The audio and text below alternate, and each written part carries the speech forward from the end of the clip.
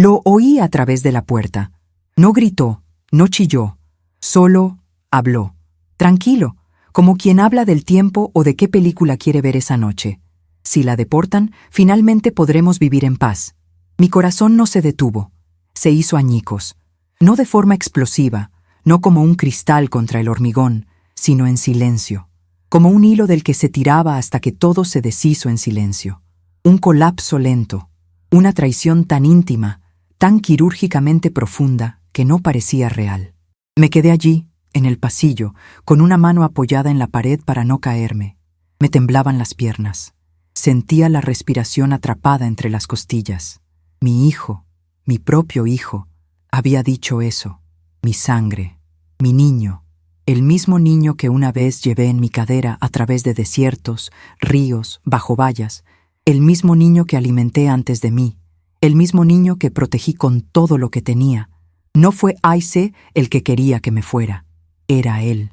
Y lo peor, no lo dijo con odio, ni con veneno, ni rabia. Eso habría sido más fácil. No hubo gritos ni portazos, solo ese tono frío, cansado, como si yo fuera una carga que llevaba cargando demasiado tiempo y que por fin estaba listo para dejar. No supe cuánto tiempo estuve allí parada. ¿Minutos? ¿Horas? El tiempo no funcionó igual después de eso. Solo podía oír su voz resonando en mi cabeza sin parar, envenenando cada recuerdo que tenía de nosotros, sus primeros pasos, sus risitas en el baño. La vez que lloró por mí cuando tenía 40 grados de fiebre y lo abracé toda la noche, susurrándole oraciones y nanas en español. Ahora él quería que me fuera. Y de alguna manera, ese deseo le sonó a libertad. Retrocedí lentamente, con cuidado de no hacer ruido. No quería que supiera que lo había oído. No estaba lista para que viera mi cara, para que viera cómo mi cuerpo se encogía sobre sí mismo. ¿Cómo se recupera una madre de algo así? ¿Cómo miras a tu hijo a los ojos después de oírlo desear que te vayas? Fui a la cocina. Me senté en el frío suelo de baldosas y me quedé mirando la pared. ¿Esto fue lo que crié? ¿O fue esto lo que América había despertado en él? Cuando crucé a este país, no pensaba en leyes ni fronteras.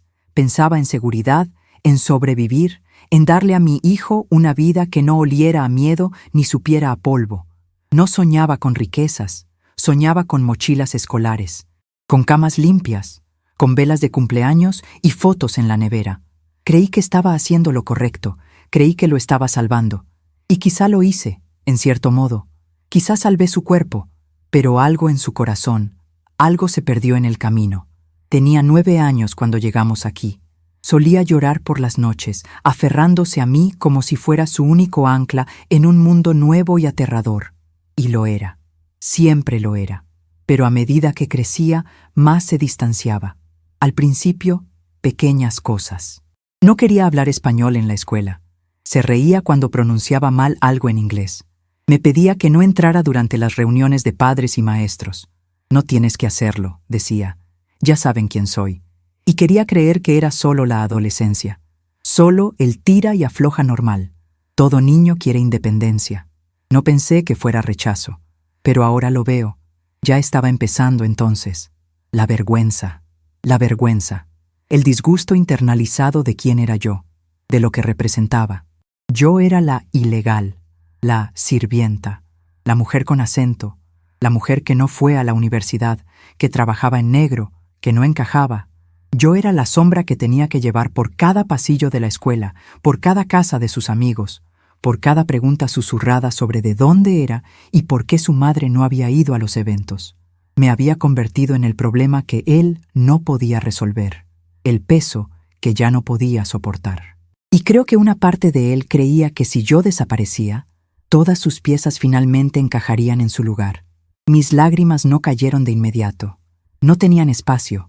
Estaba demasiado llena de preguntas, demasiado entumecida para llorar. El azulejo debajo de mí se sentía más frío de lo habitual. O tal vez yo tenía más frío. Tal vez algo dentro de mí se había congelado. Él no quiso hacerme daño, lo sé. ¿Pero no es eso lo que lo empeora? No lo dijo por enojo. Lo dijo como si fuera un hecho. Como algo que ya había sido decidido. Si la deportan, finalmente podremos vivir en paz. No dejaba de repasarlo. Esas palabras, una y otra vez. desmenuzándolas como huesos. ¿De qué paz hablaba? ¿Qué había perturbado? ¿Era mi presencia en su vida? ¿En su casa? ¿Era mi voz? ¿Mi comida? ¿Mi cultura? ¿Mis miedos? ¿Era yo el caos? ¿La vergüenza? ¿El recordatorio indeseado de sus orígenes? O tal vez, para él, yo era el recordatorio de lo que quería olvidar, que no había nacido aquí. Que por mucho que intentara borrar su pasado, yo siempre estaba ahí, barriendo tras él en silencio, doblando su ropa, dejando una huella en el aroma de la comida, la música de la radio, las oraciones susurradas por la noche. Él no quería odiarme, pero necesitaba que me fuera. Y ese es su propio tipo de odio. Me acurruqué en el suelo de la cocina y traté de respirar. No llores, solo respira. Y no pude. Porque ¿cómo respirar cuando tu hijo es quien gira la llave? Siempre nos dicen que es el gobierno, las políticas, los agentes, los sistemas, pero a veces son aquellos a quienes más amas. A veces la llamada viene desde dentro de la casa. Dime algo, ¿alguna vez has sentido esa clase de traición? La que no grita, sino que susurra. La que no te golpea, sino que te deja marchitarte en silencio. Cuéntame, comparte tu historia abajo, aunque sea solo una frase. Quizás podrías escribir: yo también he oído la traición silenciosa, porque alguien ahí fuera necesita saber que no es el único. No estamos solos, no estamos solos en este dolor, no estamos solos en este silencio. Y seguiremos adelante, juntos. Me llamo Dolores Andrade. Tengo 45 años y vivo en un apartamento de una habitación en un barrio de bajos recursos a las afueras de Atlanta, Georgia. No me notarías si me cruzaras en la calle. Visto con sencillez, mantengo la cabeza gacha y me muevo por la vida como una sombra, siempre presente, siempre trabajando, siempre en silencio. La gente de por aquí me conoce como la mujer que vende pan de elote en la esquina de la escuela todos los viernes por la mañana. Algunos me conocen como la señora que limpia casas, la de la señora Evelyn, la de los Bennett y la de los Cooper, para ser más específicos. Soy la que llega temprano y se va tarde, la que nunca se queja, la que se acuerda de alimentar al gato y regar las plantas cuando nadie más lo hace. Dejan dinero en sobres y notas de agradecimiento escritas al dorso de los recibos. Gracias de nuevo, Dolores, me salvaste la vida, pero no me conocen. En realidad no saben cómo llegué aquí, lo que dejé atrás, lo que he soportado solo para poder fregar sus bañeras y aspirar sus alfombras sin miedo. No saben el precio que pagué para estar donde estoy, pequeña, invisible, silenciosa. Y ciertamente no saben que cada viernes por la mañana, mientras vendo pan de maíz dulce y sonrío a desconocidos, se me parte el corazón por un niño que ya no me ve como su madre. No siempre fui tan callada. Solía reírme a carcajadas, cantar mientras barría la cocina, creer en cosas como los días festivos y los domingos libres. Una vez tuve sueños, simples. Sentarme con mi familia al final del día, comer tamales caseros, ver a los niños jugar descalzos bajo el resplandor anaranjado de un atardecer guatemalteco. Pero eso fue antes de la guerra, antes de las pandillas, antes de aprender a qué sabe el miedo. Nací en un pequeño pueblo de Guatemala, donde los caminos eran de tierra y las estrellas brillaban con más intensidad que nunca. No teníamos agua corriente, pero teníamos paz. Recuerdo a mi madre cocinando frijoles en una fogata, el sonido del machete de mi padre afilándose al anochecer, el aroma a tierra húmeda después de la lluvia. Teníamos tan poco, pero era nuestro. Luego, las cosas cambiaron.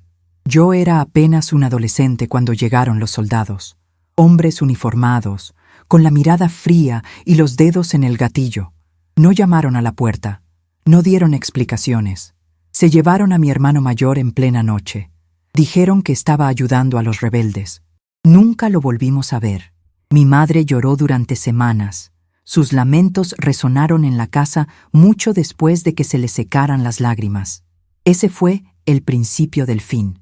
La violencia se volvió parte de la vida, como el amanecer, como el cacareo de las gallinas por la mañana. Arrastraban a los hombres de sus casas, violaban a las mujeres y las dejaban destrozadas en el campo. Los niños desaparecían entre la escuela y la cena. Nadie hacía preguntas. Aprendiste a mirar hacia abajo, a callar, a hacerte cada vez más pequeño hasta sentirte como el aire. Cuando descubrí que estaba embarazada, apenas tenía 19 años. El hombre era mayor, amable al principio, luego cruel. No quería tener hijos. Dijo que estaba sola, y le creí. Corrí. No tenía un plan, solo una dirección, el norte. Pensé en abortar una vez, solo una vez, cuando no había comido en 3 días y los cólicos eran tan fuertes que me hicieron acurrucarme en un banco de la iglesia. Pero entonces sentí su patadita, pequeña, esperanzada, como si dijera, no te rindas todavía. Así que no lo hice. Crucé fronteras con los tobillos hinchados y la barriga llena de miedo. Viajé en los techos de los trenes. Dormí bajo los árboles. Me escondí de los hombres que me miraban como a una presa. Pedí agua. Caminé bajo un calor que me derretía la piel de la espalda. Y a cada paso le susurraba al niño que llevaba dentro. Ya casi llegamos, mi amor. Solo falta un poco. Cuando finalmente llegué a la frontera, tenía 8 meses de embarazo. El coyote dijo que había visto cosas peores, que yo podía lograrlo, que si no lo intentaba ahora, quizá nunca más tendría la oportunidad. Y así lo seguí, a través del desierto y la oscuridad, entre espinas, serpientes de cascabel y los huesos de otros que no lo lograron. Nació 2 semanas después de que cruzamos, en un pequeño apartamento en El Paso, en un sofá que olía a sudor rancio y cigarrillos. La mujer que me dejó quedarme fue amable. Su hermana era enfermera. Me ayudó a dar a luz, sin hospital, sin papeleo, solo toallas calientes y oraciones susurradas. Lo llamé Samuel. Tenía mis ojos, grandes, oscuros, llenos de preguntas. Le prometí una vida, ni riquezas, ni fama, solo una vida, seguridad, escuela, un hogar donde no oiría disparos por la noche, donde podría soñar con algo más grande que frijoles y tortillas, donde su apellido no sería una sentencia de muerte. Nos mudamos al este porque alguien me dijo que en Atlanta había trabajo. No pregunté qué tipo de trabajo. Simplemente fui. Me até a Samuel al pecho y tomé un autobús que olía a lejía y chicle viejo. Encontré una habitación en alquiler con la pintura descascarada y una gotera en el techo del baño. Encontré a una mujer que necesitaba que le limpiaran la casa 2 veces por semana. Luego a otra. Luego a otra. Y así comenzamos. Día a día, hora a hora. Trabajaba, limpiaba, cocinaba. Le cantaba a Samuel en español. Le encantaba que le dijera te amo y le besara sus deditos. Le enseñé a contar con frijoles en el suelo. Le trenzaba el pelo por las mañanas antes de ir a la escuela y le destrenzaba las lágrimas por las noches cuando extrañaba a la familia que nunca conoció. No dormí mucho. No comí mucho, pero sonreí, porque estaba a salvo. Él fue alimentado. Él estuvo aquí, y yo era su madre. Nunca imaginé que un día él crecería y me vería como la razón por la que no estaba en paz. Pero te diré la verdad, eso es lo que pasa con el sacrificio. No siempre termina en gratitud.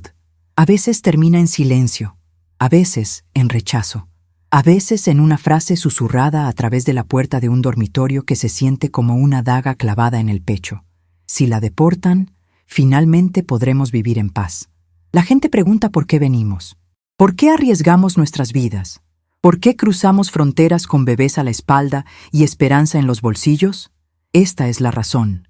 Porque la alternativa es peor. Porque creemos, quizás ingenuamente, que el amor y el esfuerzo bastarán para ganarnos un lugar, que si nos esforzamos lo suficiente, sonreímos con amabilidad y nos quedamos callados el tiempo suficiente, nos dejarán quedar. Pero incluso tu propio hijo puede olvidarlo, incluso tu propio hijo puede cambiar. Y en ese giro, todo lo que creías que era sólido, todo lo que creías que el amor había construido, puede desaparecer. ¿Alguna vez has sentido eso? ¿Ese tipo de desaparición? Cuéntame en los comentarios si alguna vez tuviste que empezar tu vida desde cero, si alguna vez has dejado atrás a todos y todo por la esperanza de un futuro mejor. Solo comente. Lo dejé todo por una oportunidad de paz, porque necesito saber que no soy el único.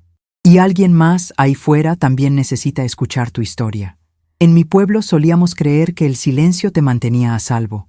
Si no hablabas, no te notarían. Si no te movías, no vendrían a por ti.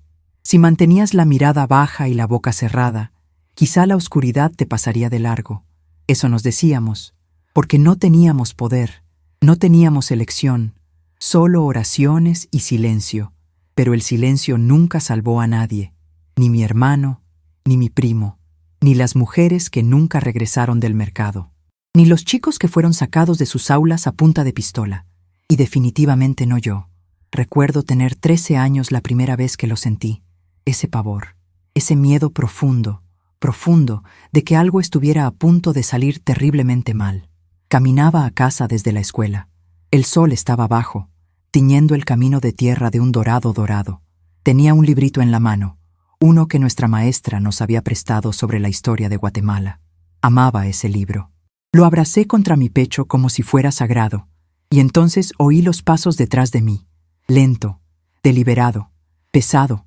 No me di la vuelta, simplemente caminé más rápido, pero los pasos seguían mi ritmo. Ese fue el día que aprendí a correr sin pensar, sin respirar, sin gritar. Llegué a casa, cerré la puerta de golpe. Mi madre me regañó por entrar como un huracán, pero lo vi en sus ojos. Ella lo sabía. No hablamos de ello, pero ella lo sabía. Una semana después, una niña del pueblo vecino fue encontrada en el río. Ese fue el momento en que me di cuenta de que la infancia tenía fecha de caducidad, y la mía acababa de terminar. Los soldados estaban por todas partes, no siempre uniformados, no siempre armados. A veces sonreían, a veces ayudaban a cargar la compra, pero el peligro siempre estaba ahí, silencioso, acechando. Los hombres de mi pueblo cambiaron, se volvieron más crueles, más iracundos, bebían más, peleaban más, golpeaban a sus esposas en público y nadie intervenía. Mi tío dijo una vez: «Es el aire, ahora está envenenado». No estaba equivocado. A los 16 años trabajaba con mi madre en el campo. Cosechábamos lo que podíamos: maíz, frijoles, calabaza. Pero la tierra había dejado de escucharnos. Llovía con demasiada fuerza o no llovía. La tierra estaba cansada. Todos lo estábamos. Ese año conocí a un hombre. Se llamaba Rafael. Era guapo, de esa forma que te revolvía el estómago y te hacía fruncir el ceño a tu madre. Al principio fue amable. Me dijo que merecía algo mejor. Dijo que me sacaría de ese lugar, que nos haría una vida mejor en otro lugar. Yo era una chica sin futuro, y él era un hombre con promesas. Eso fue todo. Cuando me di cuenta de lo que realmente era, ya estaba embarazada. Desapareció, sin explicaciones, sin despedidas, simplemente se fue. Tenía 18 años. Estaba solo, aterrorizado. Todavía recuerdo la mañana en que me desperté con sangre en las piernas y pensé que había perdido al bebé. Corrí descalza hacia la enfermera del pueblo, llorando, rezando, haciendo tratos con Dios. Me dio hierbas, me dijo que descansara y dijo que el bebé estaba fuerte. «Él quiere vivir», susurró, poniéndome la mano sobre el vientre. «Así que tú también tienes que vivir». Esa noche decidí irme. No hubo una despedida dramática. No había familia reunida en la puerta. Solo mi madre, tomándome la mano en la oscuridad, metiendo un pequeño rosario en mi bolsillo y susurrando: «Vete, no mires atrás». Y no lo hice.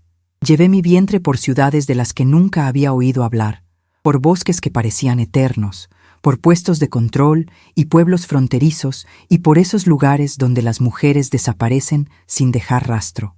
Dormí en albergues, en iglesias, bajo lonas de plástico. Vendí pulseras a cambio de comida. Pedí agua a desconocidos. Cuanto más al norte iba, más me daba cuenta de que no era el único. Había otros, mujeres como yo, hombres, niños, todos caminando en una larga fila invisible esperando algo mejor. A algunos los habían robado, a otros los habían violado.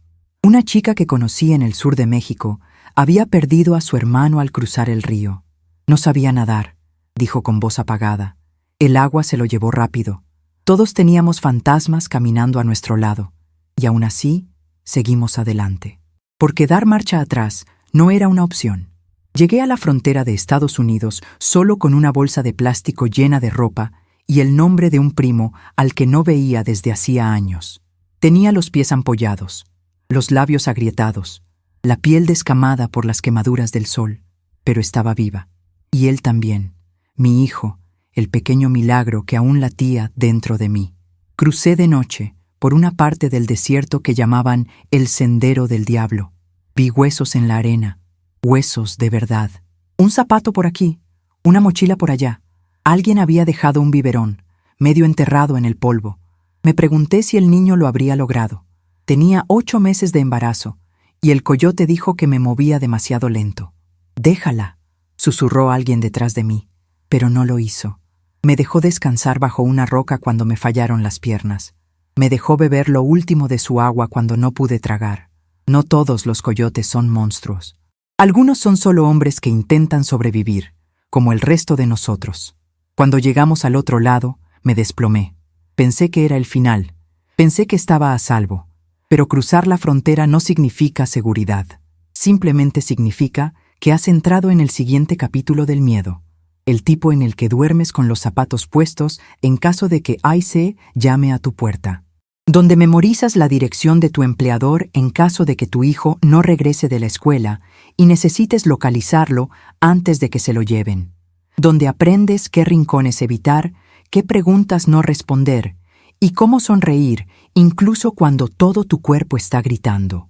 Di a luz 2 semanas después en un colchón, en una habitación que no era la mía, rodeada de mujeres que apenas conocía. Lo aplaudieron cuando lloró. Samuel. Así le puse ese nombre, porque sonaba fuerte, porque se sentía como esperanza. Lo sostuve contra mi pecho, piel con piel, y le prometí el mundo. Le dije que nunca sentiría lo que yo sentía, que lo protegería de los monstruos, incluso de los que llevan uniforme.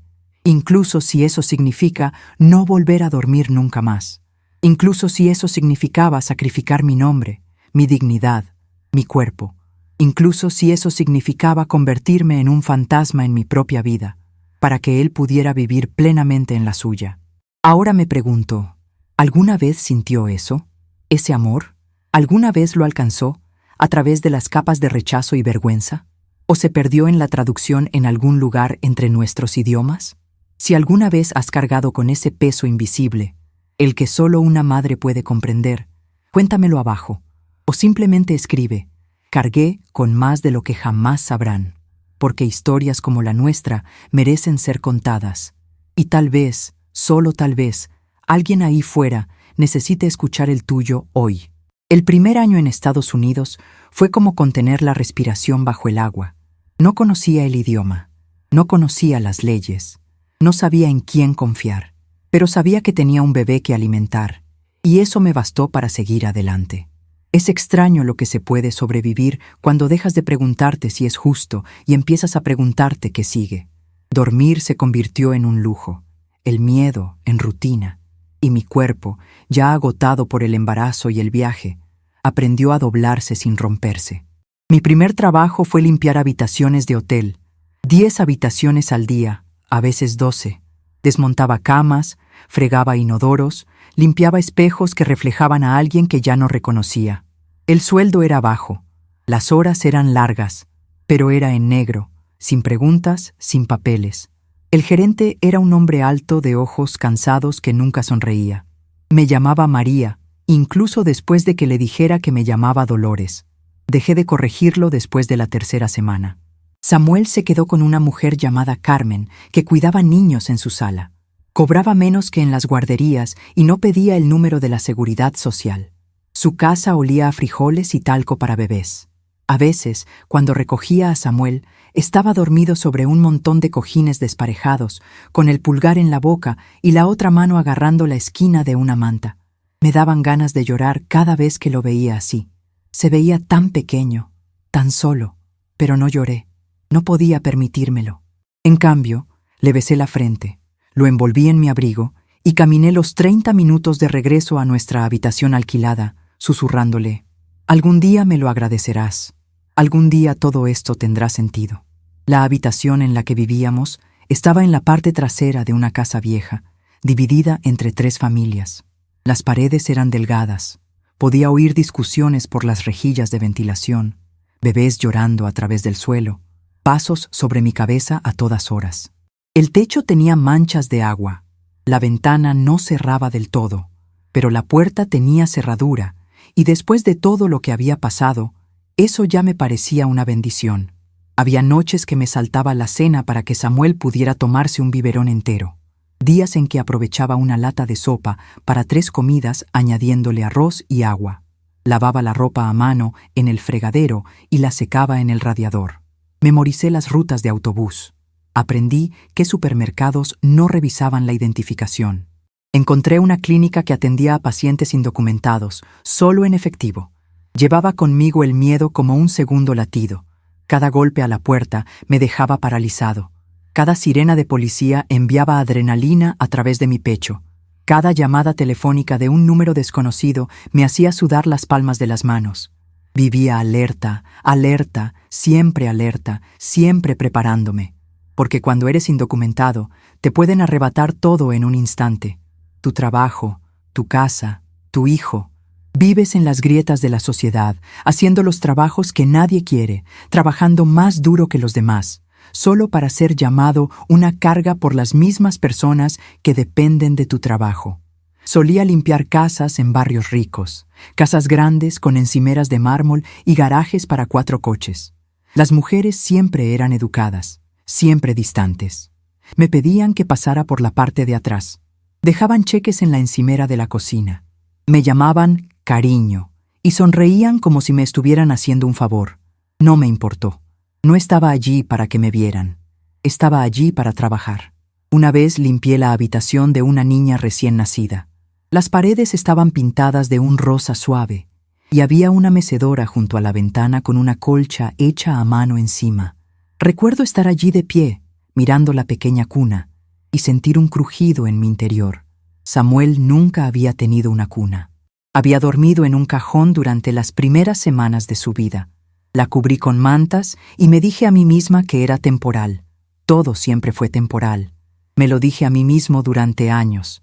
Cada vez que nos mudamos, fue temporalmente. Cada vez que tuve que cambiar de trabajo, temporalmente. Cada vez que dije no a algo que quería, era temporal. Porque creí que un día todo valdría la pena. Que Samuel iría a la universidad. Que nunca conocería el hambre que yo conocí.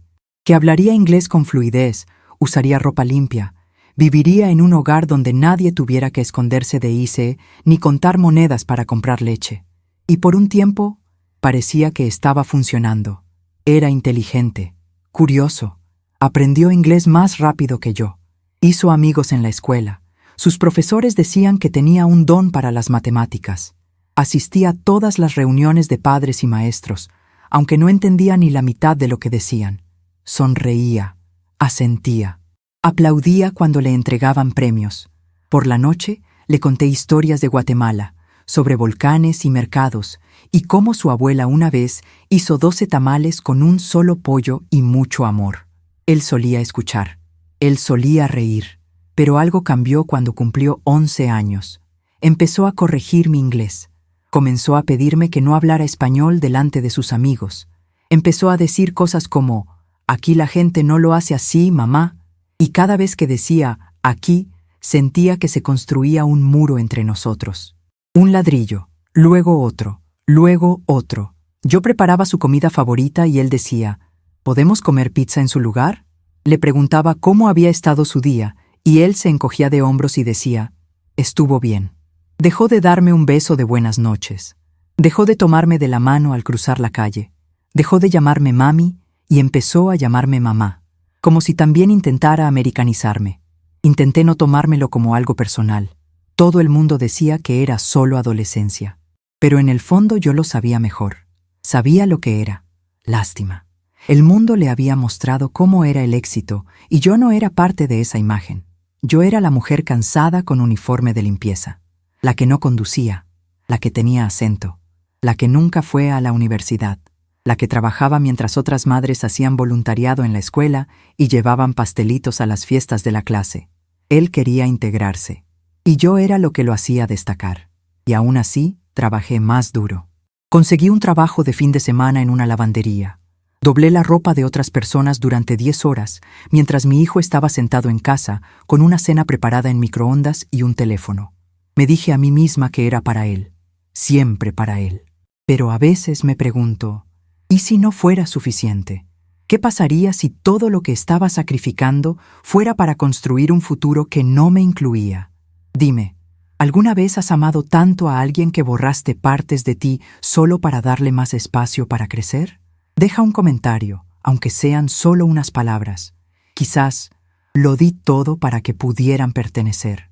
Porque en algún lugar, otro padre se pregunta si es el único, y tus palabras podrían ser la respuesta que necesitan.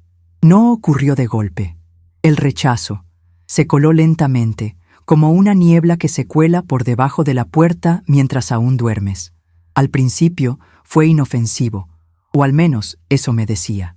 Un encogimiento de hombros por aquí, una respuesta fría por allá, una mirada que se detuvo demasiado tiempo en mis zapatos, mi acento, mi pelo recogido como solía hacerlo mi madre. No vi el peligro en esas pequeñas cosas. Pensé que era solo él creciendo, pensé que era normal, pero estaba equivocado. Empezó con el lenguaje. Siempre lo hace. ¿Por qué lo dices así?, me preguntó una vez después de que pronuncié mal una palabra en inglés mientras lo ayudaba con la tarea. Sonreí, intentando restarle importancia. Porque no aprendí inglés hasta que llegué aquí, mi amor. Él no le devolvió la sonrisa. Bueno, quizá deberías aprender más. La gente se burla de nosotros. Esa palabra, nosotros, solía significar él y yo, madre e hijo, un equipo. Pero de repente significó algo más. Significaba él, y una versión de mí que él deseaba tener. Estaba avergonzado. De mí.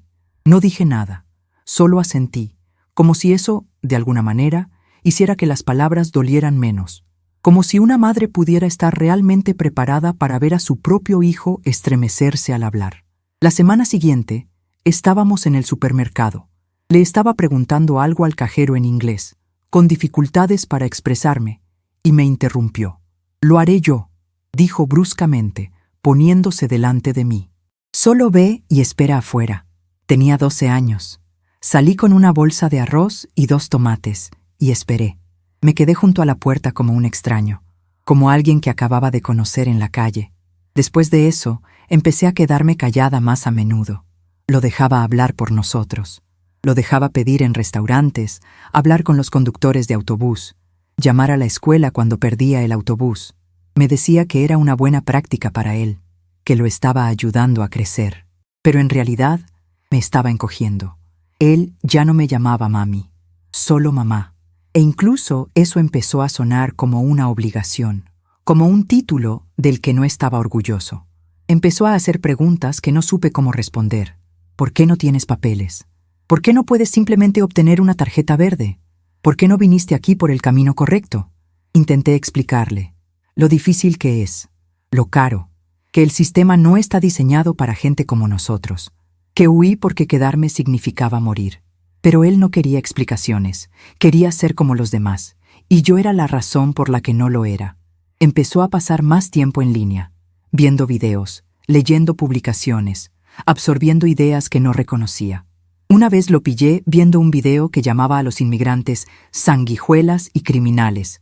Le quité el teléfono y le espeté. ¿Por qué estás viendo esto? Puso los ojos en blanco. Porque no todos son mentiras, ¿sabes? Quizás si la gente no viniera aquí ilegalmente, las cosas serían mejores. Sentí como si el suelo se abriera bajo mis pies. ¿Crees que quería venir aquí ilegalmente?, susurré. Él no respondió. Ni siquiera creo que me mirara.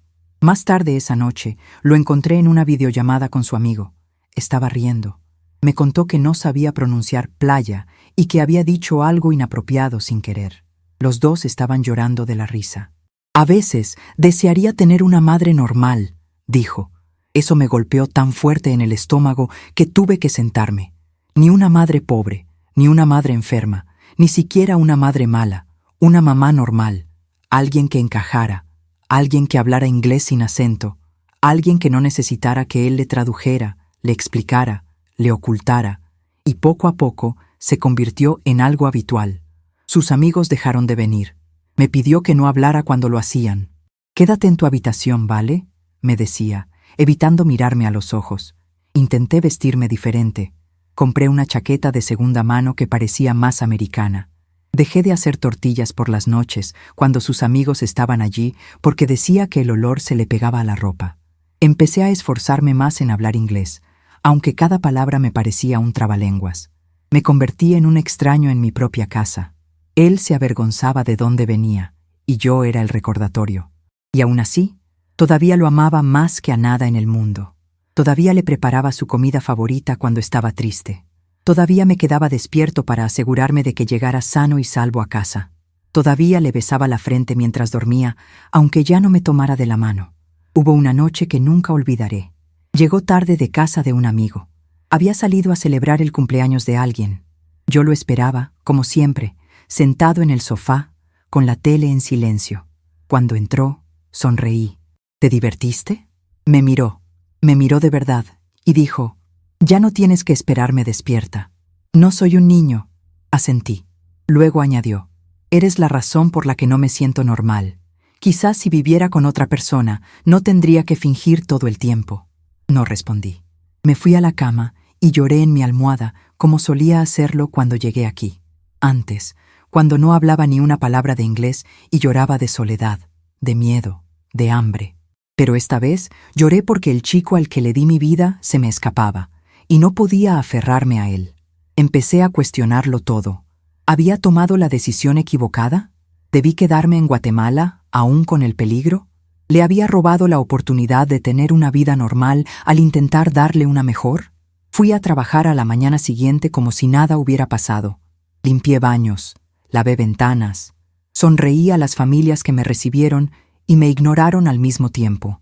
Pero por dentro me estaba desmoronando. No pude decirle nada a nadie. ¿Quién lo entendería? Otras madres inmigrantes lo harían. Ahora lo sé, pero en aquel entonces no tenía con quién hablar. Ni grupo de apoyo, ni terapeuta, ni línea directa. Solo silencio. Y fue en ese silencio que comencé a desaparecer de su vida, no físicamente, sino emocionalmente. Dejó de pedirme ayuda. Dejó de compartir historias. Dejó de reír. Se convirtió en alguien que no reconocí. Y me convertí en alguien a quien él no quería reconocer. ¿Alguna vez has sentido que alguien a quien amas se aleja poco a poco de ti? No porque le hayas hecho daño, sino por quién eres. Por tus raíces, tu historia, tu acento, tu presencia. Si has sentido ese dolor, ese rechazo silencioso e invisible, deja un comentario abajo. Quizás podrías escribir simplemente: «Me volví invisible para la persona que más amo». Nunca se sabe. Alguien podría leer tus palabras y sentirse menos solo esta noche. El momento en que todo se desató no fue ruidoso. No fue una pelea dramática ni un portazo. Era un martes cualquiera. Un día normal. Había preparado la cena, sopa de pollo, porque había estado tosiendo la noche anterior. Estaba caliente, olía a comodidad, a hogar. Le puse el tazón delante y le dije con dulzura: «Come antes de que se enfríe». No levantó la vista. Simplemente miró su teléfono. Me senté frente a él. El silencio era denso, lleno de todo lo que no habíamos dicho en semanas, quizá meses. Lo observé mover la sopa con la cuchara, sin siquiera probarla. Entonces lo dijo, bajo, tranquilo, como si estuviera comentando el clima.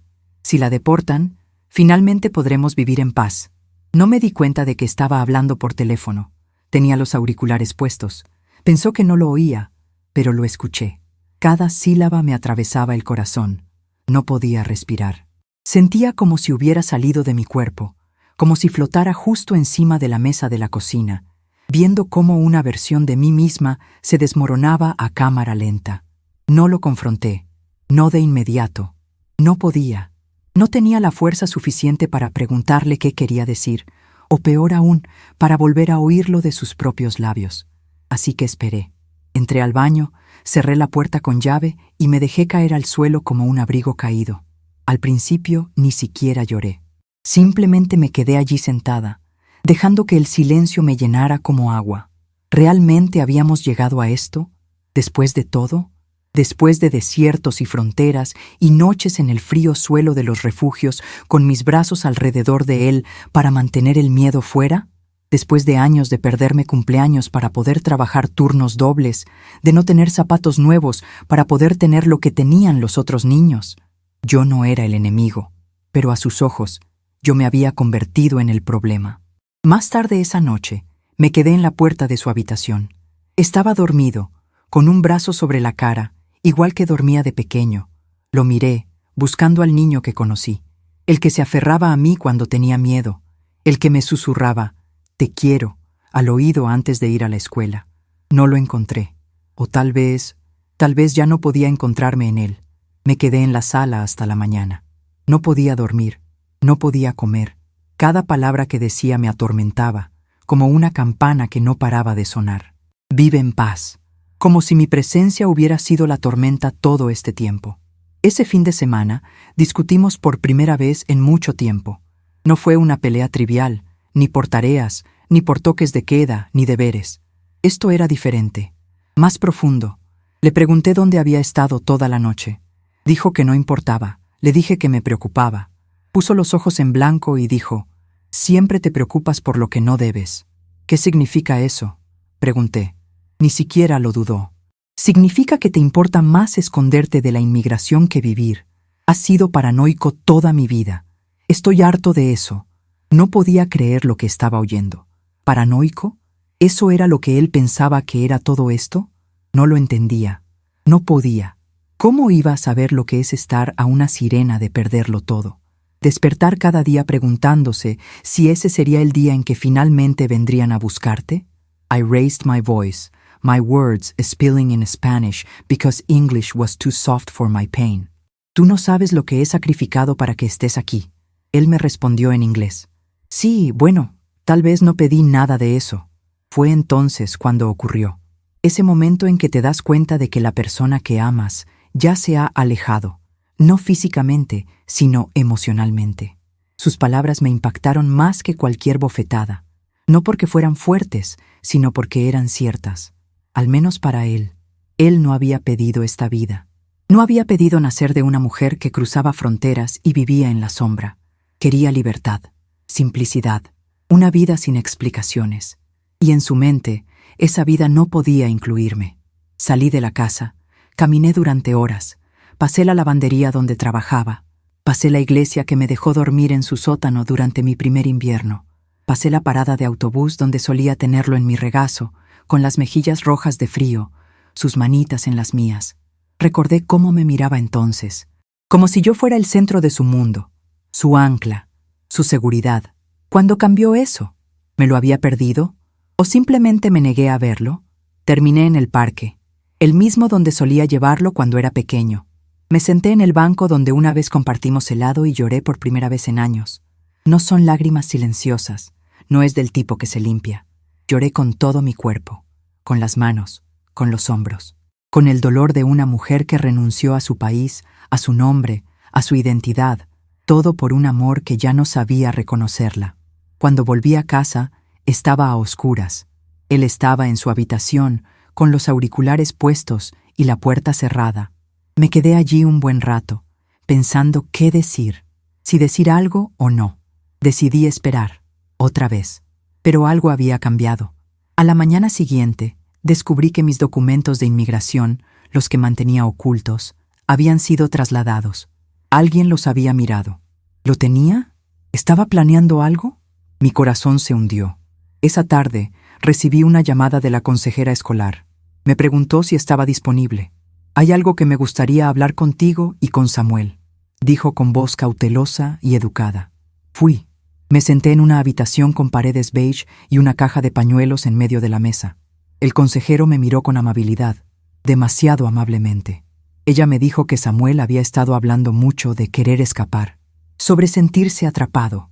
Ella dijo que él había mencionado la inmigración, deportación. Ella preguntó si todo estaba bien en casa. No sabía qué responder. ¿Qué se supone que debía decir? ¿Que amé a un chico que ya no me amaba de la misma manera? ¿Que tenía miedo de que mi propio hijo fuera el que llamara a la gente de la que huía? Salí de la reunión con las manos temblorosas. Algo venía. Podía sentirlo. Esa semana, el buzón contenía una carta que al principio no pude leer. Era del Servicio de Inmigración y Control de Aduanas, ICE. Mi nombre, una cita, una audiencia. Alguien les había avisado, y no necesité preguntar quién. Mi cuerpo ya lo sabía. El dolor era demasiado familiar, demasiado cerca, demasiado íntimo. No fue el gobierno el que quiso que me fuera, era el niño que había criado para sobrevivir sin mí. ¿Alguna vez te has sentido como un extraño en tu propia familia? Como si quienes más quieres fueran quienes empuñaban el cuchillo, no con rabia, sino en silencio. Si tienes, necesito que compartas algo, cualquier cosa. Escribe en los comentarios. La traición vino desde adentro, porque tal vez alguien más esté leyendo esto, sentado en su propio silencio, preguntándose si es el único, y necesitan tus palabras esta noche. Me quedé mirando la carta un buen rato. La sentía más pesada de lo que debería ser el papel. Me temblaban las manos, no porque no lo esperara, sino porque una parte de mí aún creía que era invisible, que si me esforzaba lo suficiente, mantenía la cabeza baja y me mantenía alejada de los problemas, el mundo olvidaría mi existencia, y eso se suponía que me mantendría a salvo. Pero el mundo no lo había olvidado. Nunca nos olvidan, solo esperan, observando, en silencio, hasta que alguien les da lo que necesitan. El sobre tenía mi nombre, pero la traición tenía sus huellas dactilares. No lo confronté ese día. Quería hacerlo. Quería entrar a su habitación, ponerle el periódico en la cara y gritarle. ¿Por qué? Pero la verdad es que ya sabía por qué. ¿Y la otra verdad? No estaba lista para oírla salir de su boca. En lugar de eso, fui a la cocina y preparé café. Negro, sin azúcar. Mis manos se movían solas, como si fueran memoria muscular. Verter, remover, beber. Como si esa rutina pudiera anclarme en algo familiar, algo sólido. Pero ya nada parecía sólido. Esa noche no pude dormir. Cualquier ruido exterior se convertía en una amenaza. Cada coche que aminoraba la marcha cerca de la casa, cada puerta que se cerraba a lo lejos, me daba un vuelco el corazón. Dormí con la ropa puesta. Tenía una pequeña bolsa debajo de la cama, por si acaso, igual que hacía cuando Samuel era un bebé y las furgonetas del ICE rondaban el barrio como lobos. Solo que esta vez no me estaba escondiendo de ellos, me estaba escondiendo de él. En los días siguientes no se comportó de forma diferente. Seguía llegando tarde a casa, seguía comiendo en silencio, seguía evitando mirarme a los ojos, pero había algo en su forma de moverse. Algo más frío. Ahora mantenía la puerta cerrada con llave. La pantalla de su teléfono siempre estaba inclinada. Su mochila se aferraba con más fuerza. Empecé a repasar cada conversación, cada silencio, cada momento que pudiera haber apuntado a esto. ¿Lo habría hecho por ira? ¿Por vergüenza? ¿O, y esto es lo que más me dolió, por indiferencia? Como si ya no fuera una cuestión de bien o mal, sino simplemente conveniencia. Seguí imaginando la llamada. ¿Era un formulario en línea? ¿Una línea directa? Se sentó en su habitación, con mi voz zumbando en la cocina, y escribió mi nombre como si nada. ¿Le dio a enviar mientras doblaba su ropa? ¿Sabía él lo que eso significaba? ¿Sabía él lo que realmente significa la deportación? ¿Esposas? ¿Jaulas? ¿Autobuses llenos de mujeres llorando? ¿Sabía que no te dejan decir adiós? O tal vez no le importaba. Quizás pensó que estaría bien. Gratis. Americano. Normal. Esa palabra otra vez. Normal. Me persiguió. Yo no era normal. Yo era un inmigrante, una madre, un limpiador, una mujer que cruzó un desierto con un bebé en su vientre y la fe en sus huesos. Y ahora, yo era un problema a resolver, una barrera que debe eliminarse, una línea en un informe que alguien quería borrar. En el trabajo también empecé a notar cosas. Las casas que limpiaba se sentían diferentes. Una de las mujeres, la señora Taylor, me preguntó si iba a estar bien, ya sabes, con todo lo que está pasando. Sonrió con demasiada cortesía.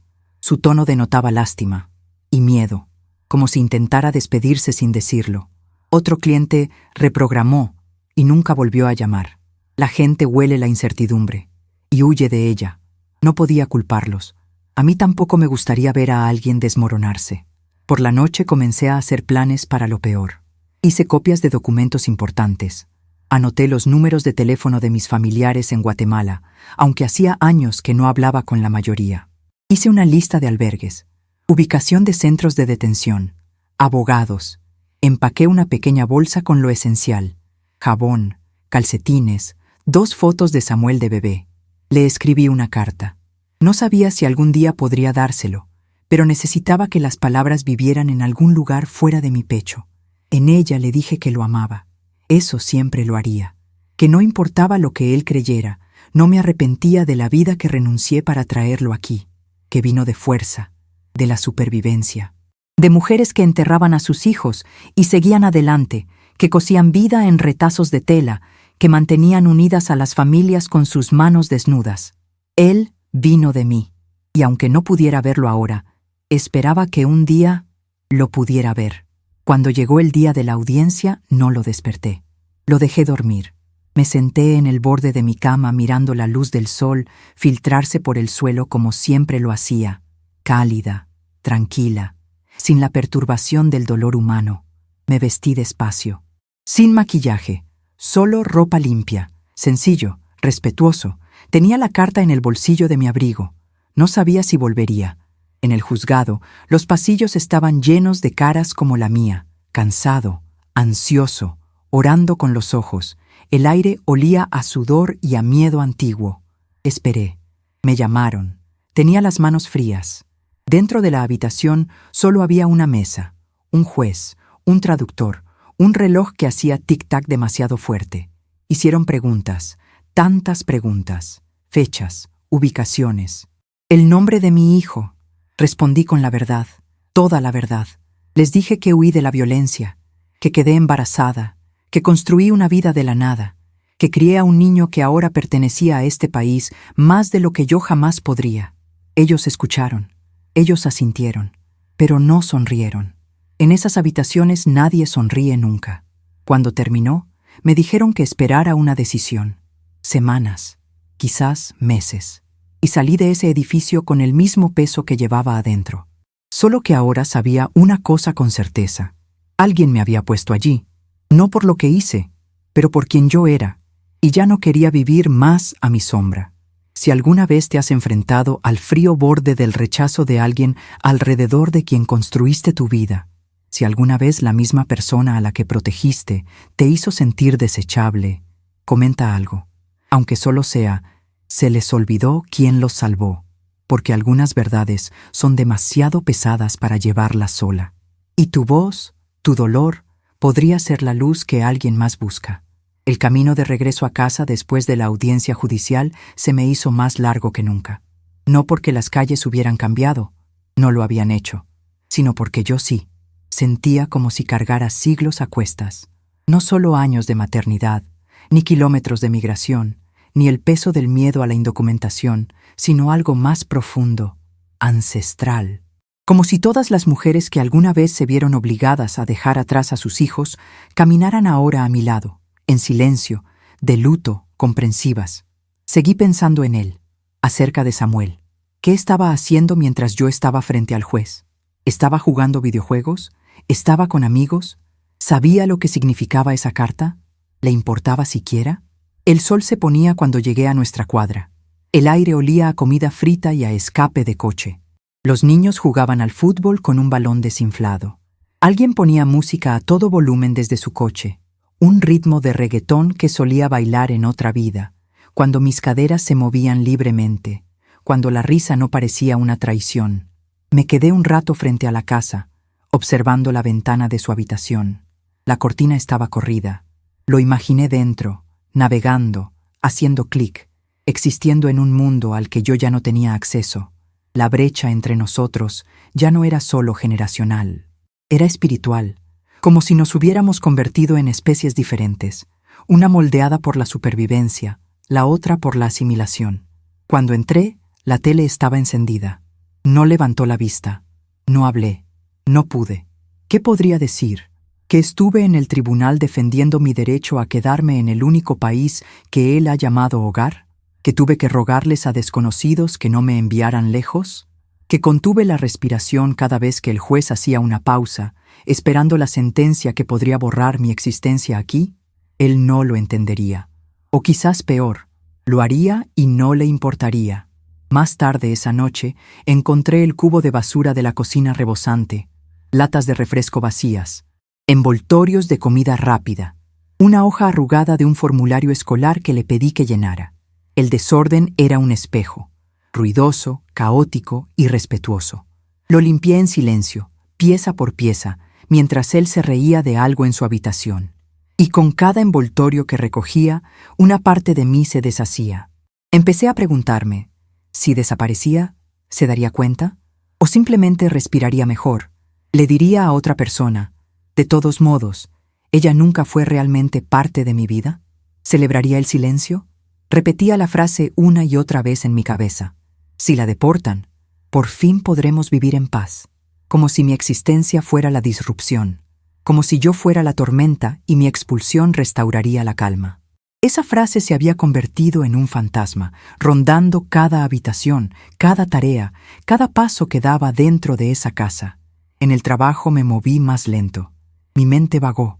Una mujer a la que le limpiaba me preguntó si estaba bien. Sonreí y dije que sí. Eso es lo que hacemos. Mentimos con la cara, porque decir la verdad es como exponer una herida abierta al viento. Me estaba ahogando en dudas. Todo lo que había creído, sobre el sacrificio, sobre el amor, sobre el poder de la devoción de una madre, se sentía resquebrajado, inseguro.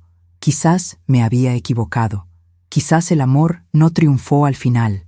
Quizás el amor simplemente no fue suficiente. La carta del tribunal decía que el resultado llegaría por correo. Revisé el buzón todos los días, conteniendo la respiración, esperando que llegara con una fecha límite, con instrucciones, con el frío sello del rechazo. Y cada día que no llegaba, sentía alivio y temor a la vez, porque esperar es un castigo en sí mismo. No eres libre, no estás condenado, simplemente existes en el limbo, suspendido entre dos destinos, incapaz de planear nada. ¿Empacas? ¿Luchas? ¿Suplicas? Solo tienes que esperar. Empecé a tener pesadillas otra vez, de fronteras, de jaulas, de la pérdida de Samuel. Solo que ahora los sueños no eran sobre que nos separaran por la fuerza. Se trataba de él, que estaba parado al otro lado de una puerta cerrada, y se alejaba a propósito. La peor parte fue despertar y darme cuenta de que no parecía un sueño, parecía un presagio. Una tarde, llegué temprano a casa del trabajo. Mi jefa me había despedido después de un turno corto. La familia está fuera de la ciudad, dijo. Su voz siempre era demasiado dulce, como azúcar intentando ocultar veneno. Entré en la casa y encontré la sala vacía, en silencio. Dejé las llaves, me quité los zapatos y entonces lo oí. Su voz, desde su habitación, reír, hablando con alguien. Me quedé junto a su puerta, no para escuchar a escondidas, sino porque mis piernas no podían moverse. Solo quiero terminar con ella, dijo. Hecho, como si fuera una tarea, un proyecto, una carga. La persona del otro lado dijo algo que no pude oír. Entonces Samuel respondió: de todas formas, nunca ha estado aquí para mí. Solo se preocupa por la inmigración. Es como si toda su identidad fuera el miedo. Me ardía la garganta. ¿Eso fue todo lo que vio? ¿No fue la mujer que cruzó países para tomarle la mano? ¿No es ella quien le dio de comer cuando no comía? ¿No fue él quien incorporó sus sueños a sus oraciones, noche tras noche? ¿Solo miedo? Me alejé antes de que pudiera decir más. Entré al baño, cerré la puerta y me miré fijamente. Tenía los ojos hinchados, la piel cansada. Se me formaba una línea entre las cejas, una arruga de preocupación, marcada por años de estrés. ¿Así era la supervivencia? ¿Era este el rostro de una mujer que lo dio todo? ¿Lo vería alguna vez? Esa noche no preparé la cena. No le recordé sus deberes. No le pregunté qué tal le había ido el día. Simplemente me senté en el sofá, mirando la pantalla del televisor en blanco. Pasó junto a mí en el pasillo y se detuvo. ¿No vas a cocinar? No respondí. Se burló. ¿Está bien? Lo que sea. No me preguntó si estaba bien. No me preguntó dónde había estado. Ni siquiera me miró 2 veces. Y ahí fue cuando lo comprendí. No era solo que se avergonzaba de mí. No era solo que no me entendía. Él ya no me veía en absoluto. Me había vuelto invisible. El ruido de fondo de su vida. Un fantasma que pagaba las cuentas, lavaba la ropa, mantenía las luces encendidas y podría desaparecer mañana sin perturbar su mundo. Ese tipo de dolor es indescriptible. No grita, susurra. Y permanece contigo mucho tiempo después de que las palabras se hayan ido. Si alguna vez te has sentado frente a alguien a quien amas, sabiendo que ya te ha borrado de su historia, quiero que lo compartas aquí. Escribe algo como: todavía respiraba, pero dejaron de verme. Tu comentario podría ser el espejo que alguien más necesita para darse cuenta de que no es el único fantasma en la habitación. El día que por fin llegó la carta, no hizo ningún ruido. No trajo ninguna advertencia. Solo un suave movimiento en el buzón, papel entre papeles. Nada indicaba que era el momento de que todo cambiara. Eso es lo cruel de la vida. Los cambios más grandes no siempre llegan con fuerza. A veces llegan los martes, cuidadosamente dobladas entre anuncios. Sostuve el sobre en mis manos durante varios minutos antes de abrirlo. Los bordes estaban ligeramente húmedos por las palmas. Respiraba entrecortadamente. Mi mente corría. Había imaginado este momento una y otra vez, todas sus versiones. Aceptación, rechazo, una segunda oportunidad, un último aviso, pero nada te prepara para la realidad. Cuando lo abrí, mis ojos no sabían dónde posarse. Había demasiadas palabras, demasiados sellos oficiales, demasiadas frases legales diseñadas para asfixiar a alguien como yo. Entonces lo encontré. La decisión. Se inició el procedimiento de deportación. No se concedió ninguna medida. Allí estaba, frío, indiferente, absoluto. Sentí como si alguien hubiera tomado un cuchillo y destrozado mi identidad de un solo tajo. Años de vida, ocultación y sacrificio, reducidos a una línea en un papel emitido por el gobierno. Me estaban borrando. Me dejé caer al suelo. Las baldosas estaban frías contra mi piel, aferrándome a su crueldad. Sentía una opresión en el pecho, no solo de miedo, sino de dolor. No se trataba solo de mí, se trataba de todo lo que había construido, todo lo que había soñado, todo lo que había intentado ser. Pensé en Samuel, de su rostro cuando era un bebé, con la boca abierta de la risa y las manos siempre buscando las mías. De las noches dormí sentada solo para mantenerlo caliente.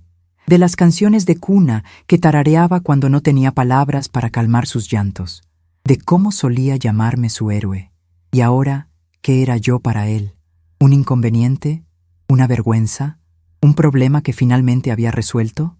No estaba en casa cuando abrí la carta. Una parte de mí se alegró. Necesitaba romper a llorar en privado. Necesitaba sollozar sin vergüenza. Desmoronarme sin su juicio silencioso, observándome desde el otro lado de la habitación. Me quedé allí sentado hasta que la luz cambió, hasta que la habitación se oscureció y las sombras se alargaron. No me moví, no hablé, apenas respiré. Cuando llegó a casa, no dije nada, solo lo miré. Por una vez, notó algo en mi cara. ¿Qué pasó?, preguntó con voz insegura. Quería gritar, preguntarle cómo podía siquiera preguntarme eso. Agitarle la carta en la cara y decirle: esto es lo que querías, ¿verdad? ¿Así es como te sientes en paz? Pero no lo hice. En lugar de eso, levanté el sobre. Él no lo tomó. Él simplemente lo miró fijamente. Y luego hizo algo que me sorprendió. Él se sentó, no frente a mí, cerca de mí. No hablamos por un rato. El silencio entre nosotros no era de enojo esta vez. Era de miedo, de incertidumbre. Como si ambos esperáramos a que el otro hablara primero, demasiado orgullosos y demasiado destrozados para acercarnos. Finalmente dije: me están enviando de regreso. Parpadeó. Su garganta se movió, pero no dijo nada. Susurré: ¿eso es lo que querías? Abrió la boca, la cerró. Lo intenté de nuevo. ¿Se lo dijiste? Su cuerpo se puso rígido. Su mirada bajó al suelo. Esa fue mi respuesta. No necesitaba decirlo. Lo sentí en la forma en que el silencio nos envolvía como cadenas, en la forma en que la culpa flotaba en el aire, más pesada que cualquier confesión. Mi corazón se partió, no por la mitad, sino en capas, porque no acabo de perder un caso. Perdí a mi hijo, la versión de él que crié, el niño que perseguía mariposas en el parque, el niño que me dibujaba con crayones que decían: te amo, con demasiados corazones. Ese niño se había ido. Y el joven sentado a mi lado, callado, avergonzado, desconocido, ya no era mío. Me puse de pie, no por enojo, pero por algo peor, la rendición. Caminé hacia mi habitación, cerré la puerta y comencé a empacar, despacio, deliberadamente. No porque lo acepté, sino porque no tuve elección. ¿Qué iba a hacer? ¿Luchar contra un sistema creado para absorber a gente como yo? ¿Intentar explicarle a un tribunal que el amor debería ser más importante que el papeleo? ¿Que la supervivencia debería ser una razón válida para estar presente? Doblé mi ropa con cuidado. Elegí con cuidado qué llevar. Una foto de mi madre. Mi Biblia desgastada. La pulsera que Samuel me hizo en segundo de primaria, con hilo y cuentas de plástico. Deletreaba mamá, con letras descoloridas. Lo apreté contra mi pecho. No lo sentí como una victoria. Parecía un elogio. No dormí esa noche. Me senté al borde de la cama esperando la mañana. Tenía el corazón entumecido, los ojos secos. A veces, el cuerpo sabe cuándo el dolor ha llegado a su límite. Se apaga. Al amanecer, abrí la puerta. Él estaba parado allí, todavía con su ropa de la noche anterior, su rostro pálido, sus ojos rojos. Él me miró y me preguntó, ¿puedo ir contigo? Y en ese momento todo se desmoronó de nuevo, no por el dolor, sino por la confusión. No sabía si debía sentirme aliviada, enojada, desconsolada o agradecida. Pregunté, ¿por qué? Él dijo, porque no quiero que vayas sola. Y yo quería creerle. Realmente lo hice. Pero ya era demasiado tarde para palabras bonitas. Demasiado tarde para la culpa de último minuto. Aún así, no le impedí seguirme a la sala de estar. Él se sentó mientras yo continuaba empacando. En un momento, tomó el sobre. Le dejé leerlo. Él no habló. Finalmente, susurró. No sabía que sucedería así. Me volví hacia él. ¿Pensaste que simplemente desaparecería? Negó con la cabeza. Pensé, no sé, estaba enojado. Me sentía atrapado, como si siempre tuviera que darte explicaciones. Y ya no quería hacerlo. Su honestidad cortaba como el cristal. Pero lo aprecié. Porque por una vez me estaba diciendo la verdad. Asentí. Ahora ya no tienes que hacerlo. Bajó la cabeza entre sus manos. Y por primera vez en años, lo vi llorar. No por frustración infantil. No sale del drama adolescente. Pero por arrepentimiento. Un arrepentimiento real y profundo. Él seguía repitiendo, lo siento, pero algunas disculpas llegan demasiado tarde para reparar el daño. No son curitas, son lápidas. Si alguna vez alguien se disculpó solo después de que el desastre ya estaba hecho, si alguna vez te has parado frente a las ruinas de una relación construida con tus propias manos, quiero que cuentes tu historia, aunque sea solo una línea. Escribe en los comentarios. Su perdón vino después del silencio. Porque nunca se sabe quién más está conteniendo su dolor, pensando que es el único que todavía sangra. Lloró largo rato. Ese llanto que nace de algo más profundo que la culpa, de la comprensión, de ver por fin la forma de lo que rompiste. Pero por mucho que anhelara oírle decir esas palabras, lo siento, algo dentro de mí permaneció en silencio, vacío, porque la disculpa había llegado demasiado tarde, no porque hubiera pasado el tiempo, sino porque algo irreversible había ocurrido en el silencio entre nosotros. La confianza se había erosionado, no con violencia, no con gritos, pero con la suave decadencia de la distancia. Los resentimientos no expresados, las mañanas en que no se despedía, las noches en que cerraba la puerta como si yo fuera una extraña. Aún así, escuché, porque eso es lo que hacen las madres, incluso cuando el niño ya no es un niño. Incluso cuando el amor está herido y el corazón se siente como papel abandonado bajo la lluvia. Volví a sentarme a su lado, en el mismo sitio donde había dejado la carta de deportación unas horas antes. El aire entre nosotros se sentía extraño, cargado de lo no dicho. Se secó los ojos. No sé quién soy sin ti, susurró. Y esa era la verdad que él llevaba consigo, debajo del orgullo, debajo del rechazo, debajo de todos los momentos en los que intentó borrarme de su mundo. Tenía miedo, no de mí, pero de estar sin mí. Quería abrazarlo, acunar su rostro y decirle que todo estaría bien. Pero algo me lo impedía. Quizás no lo creí ni yo mismo. Así que en lugar de eso dije, ya lo resolverás. Me miró, buscando en mi rostro el calor que recordaba. Le di lo que pude. No vine aquí para que te sientas atrapada, dije lentamente. Vine aquí para darte alas, pero los usé para huir de ti, dijo, mientras las lágrimas amenazaban con asomar de nuevo. No, dije, los usaste para convertirte en quien creías que debías ser. Negó con la cabeza, con los ojos abiertos por el arrepentimiento. Pero no me gusta en quien me he convertido. Silencio de nuevo. Metí la mano en mi bolso y saqué una foto pequeña. Era vieja, desgastada por los bordes. Los dos, cubiertos de polvo de nuestro primer refugio después de cruzar. Él era solo un bebé entonces, con la cara pegada a mi pecho, los ojos abiertos y cansados. Lo abracé como si el mundo se fuera a romper si lo soltaba. Le entregué la foto. Solía enseñarle esto a la gente. Dije en voz baja. Cada vez que alguien me preguntaba por qué trabajaba tanto, por qué me esforzaba tanto, por qué no salía, por qué no descansaba, se lo mostraba y les decía, esta es la razón. Miró la foto durante un largo rato. Sus dedos tocaron suavemente la esquina, como si pudiera entrar en la imagen y deshacer el tiempo entre entonces y ahora. Estaba feliz, susurró, solo que lo olvidé. No, lo corregí. Estabas avergonzado, y dejaste que esa vergüenza se hiciera más fuerte que tu amor. Sus labios temblaron, y lo vi. Ese momento en el que una persona se da cuenta de lo que ha perdido, no solo yo, pero algo en sí mismos. Puedo arreglarlo, dijo. Lucharé, contrataré un abogado, escribiré cartas, haré lo que sea. Quería detenerlo, decirle que algunas cosas no se arreglan con desesperación, que algunos sistemas están hechos no para doblegarnos, sino para quebrarnos. Pero lo dejé hablar, lo dejé soñar, porque tal vez necesitaba esa esperanza. Durante años había llevado la carga por ambos, el miedo, la planificación, el silencio.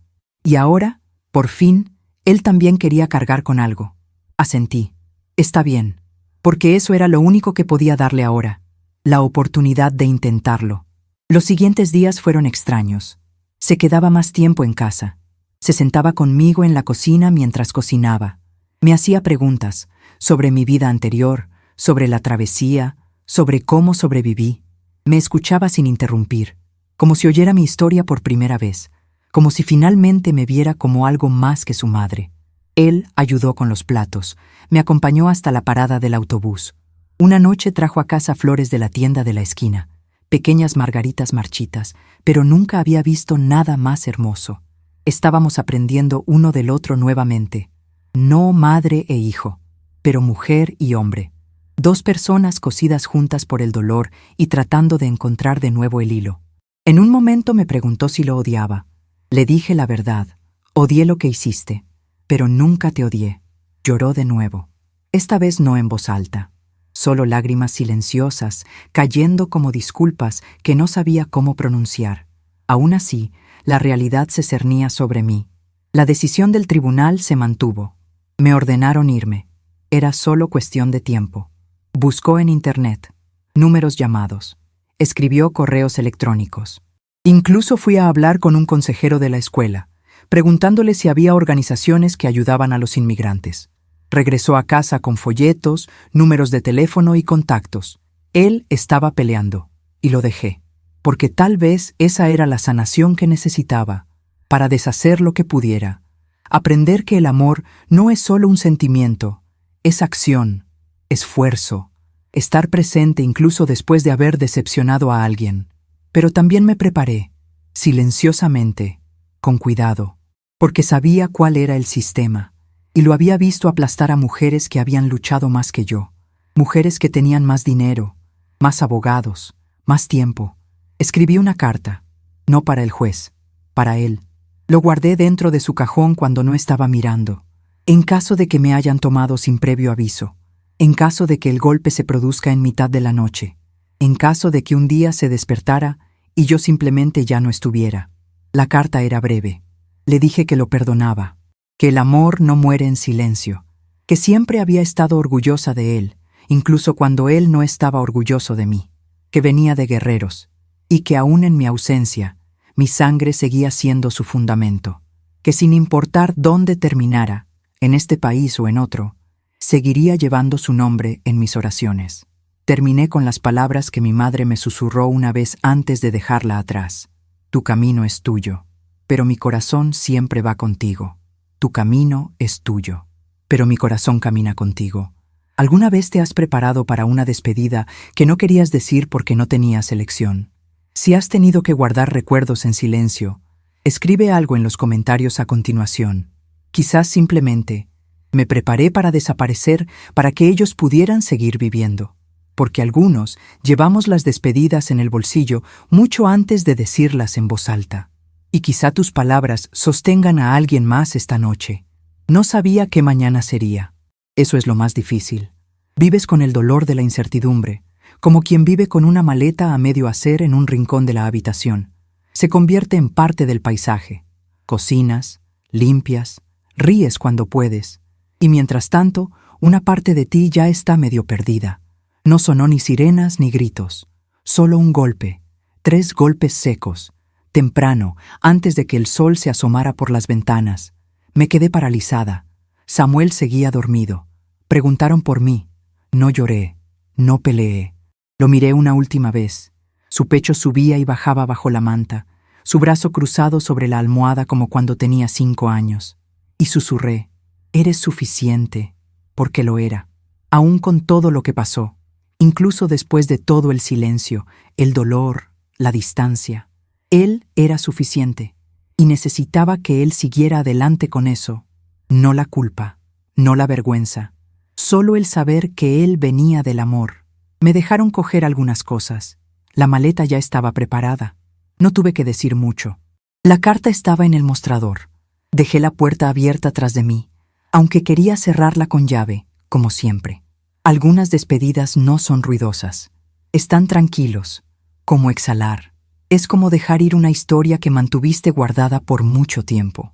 La furgoneta estaba fría. Las ventanas se empañaron. No pude ver mucho al alejarnos.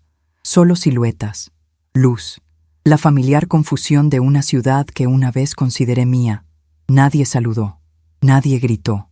Éramos solo yo, mis recuerdos y un futuro aún no escrito. Lo que pasó después de eso, tal vez no sea lo que esperabas, porque esta no es una historia de venganza, ni siquiera es una historia sobre justicia, es una historia de transformación, sobre lo que sucede cuando el corazón se abre de par en par y de alguna manera sigue latiendo. Samuel encontró la carta. Él lo leyó. Me contó después que se sentó en el suelo de la cocina durante horas después de eso, que volvió a llamar a todos los números, que lloró en la ducha hasta que el agua se enfrió, que por fin comprendió lo que significa perder a alguien en vida. Él no dejó de luchar, y yo tampoco. Hay cosas que no puedo decir aquí, nombres, lugares, demasiados detalles, pero lo que sí puedo decir es esto. No me deportaron, no esa semana, todavía no. Un grupo comunitario se hizo cargo de mi caso. Una mujer a la que le había hecho la limpieza escribió una carta de apoyo. Samuel testificó. Se paró frente a una sala llena de desconocidos y dijo, entre lágrimas, cometí un error, pero por favor, no lo hagan permanente. Y por una vez, alguien escuchó. Todavía estamos en el limbo, todavía estoy esperando, pero ahora estamos esperando juntos, y eso lo cambia todo. Él me llama mami otra vez. Me pregunta por mi infancia, por el río que crucé, por los olores de la cocina que dejé atrás. Estamos reconstruyendo, no desde cero, sino desde la verdad. Hay cicatrices. Por supuesto que las hay. Pero las cicatrices significan curación. Las cicatrices significan supervivencia. Comparto esta historia no porque sea única, sino porque es demasiado común. Porque muchas madres como yo no tenemos voz. Demasiados niños como él crecen avergonzados de las mismas manos que los llevaron a través de los continentes. Porque la vergüenza puede envenenar el amor, pero contar historias, puede curarlo. Si has llegado hasta el final de este vídeo, solo quiero decirte gracias. Desde el fondo de mi corazón, para escuchar, por dar espacio al dolor que a menudo vive en silencio. Si conoces a alguien que alguna vez se sintió invisible, abandonado, o que sintió que tuvo que ganarse el derecho a ser amado, comparte esta historia con él. Y si te ves reflejado en esta historia, ya seas el padre, el hijo o ambos, espero que sepas esto. Nunca es demasiado tarde para volver a casa. Aunque el hogar sea solo una conversación. Aunque el hogar sea solo perdón. Incluso si el hogar es un recuerdo que estás aprendiendo a amar de nuevo. Antes de irte, me encantaría escuchar tu voz en los comentarios. Escribe algo como: cargué con mi familia, incluso cuando me soltaron. O cualquier palabra que tu corazón necesite hoy. Tu historia, tu verdad, importa más de lo que crees. Y si aún no te has suscrito, este es tu momento. Aquí no solo compartimos historias, los honramos. Recordamos las voces que fueron silenciadas. Iluminamos a las madres, a las luchadoras, a las olvidadas. Así que presione el botón de suscripción si cree que estas historias merecen ser contadas. Y ahora, haz clic en el siguiente video que acaba de aparecer en tu pantalla, porque hay otra vida esperando ser escuchada, otra alma esperando ser vista, y tal vez, solo tal vez, es tuyo.